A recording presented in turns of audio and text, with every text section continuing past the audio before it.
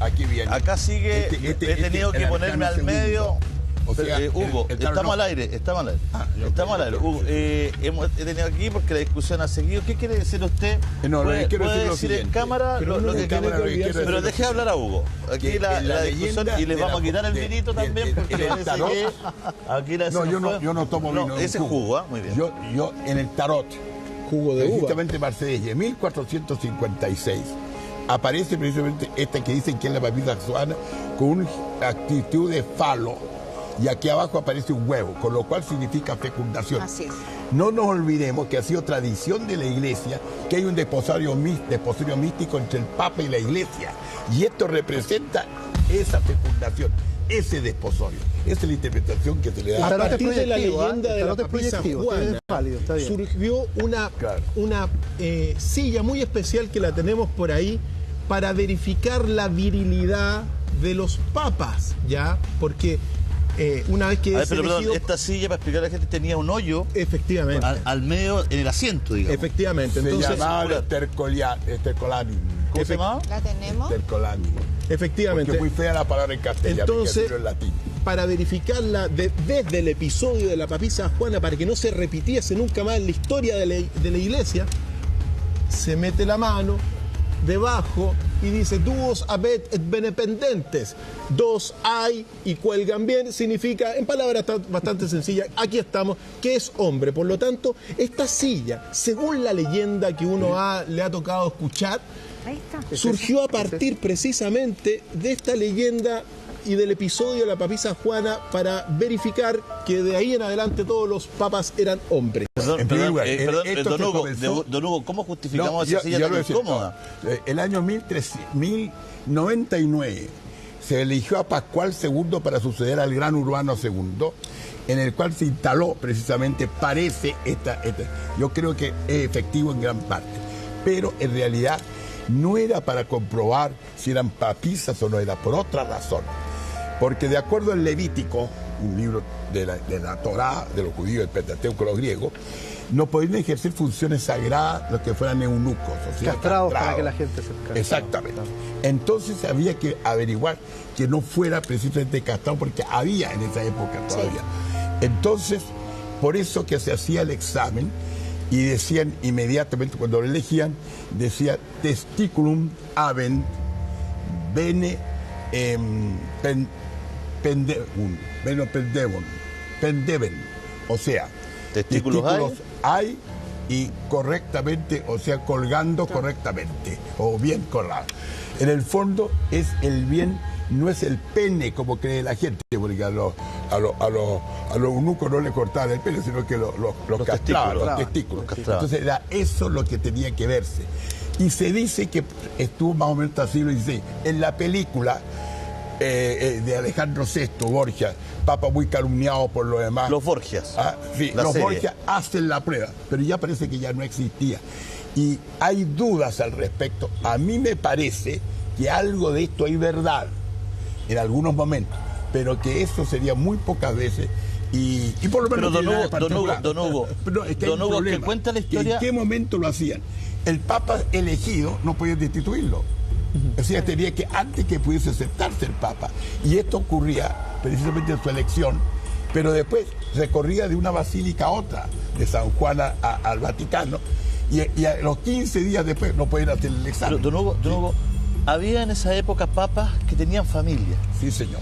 No sería, porque parte de la historia también dice de que una tía muy poderosa en aquella época era la que realmente reinaba.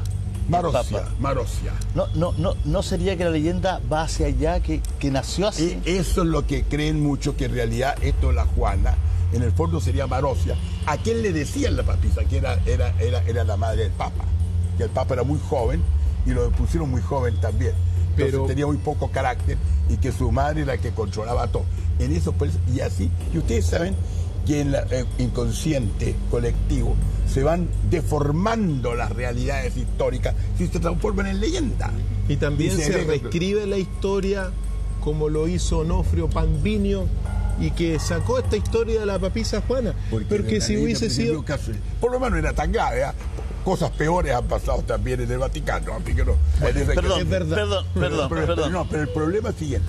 Es una leyenda históricamente falsa, pero como leyenda, bueno, se fue consolidando.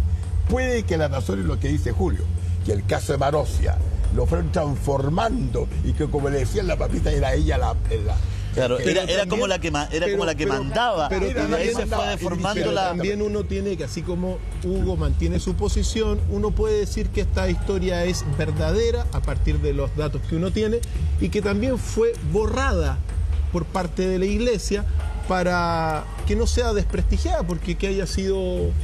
Perdón, pero es cierto, don Hugo, Entonces, ambas posiciones creo que están en la mesa. papas que eran poco menos que asesinos y sin embargo no han sido borrados del catálogo de los papas. Pero eran antes eran grandes generales los papas, don Hugo, recuerdan. ¿es cierto o es un mito que había túneles que intercomunicaban las salas de los papas con amantes, con mujeres? No eran túneles, entraban por la puerta principal. Por supuesto que sí. Bueno, pero ¿cómo me dice eso? Sí, el mito dice que había túneles para que no se vieran que bajaban y que donde había mujeres. Yo le voy a decir una cosa, hablando del Papa Alejandro VI, por lo demás. Su efecto es que era cargado a la ternura, es verdad. Pero lo que le debe la Iglesia, la unificación española, gracias a él y a su gestión diplomática como nuncio, fueron proclamados reyes don Fernando y la señora Isabel. Y enseguida lo que hizo por nosotros. Pablo III, que tenía hijo y todo, que convocó el Concilio de Trento, sacó bulas en favor de nosotros los indios de aquí a América. Los que nos dieron la dignidad humana, la reconocieron, fueron los papas, y de muy mala conducta, era su vida privada. Por lo demás, la Iglesia no haga... El Espíritu Santo asiste al Papa en las cosas pontificias, pero no en su vida privada. Y eso realmente ellos darán cuenta a Dios. Entonces, ¿por qué dejaron de casarse los papas y también podemos tocar los curas? ¿Por qué se casaban, tenían familia?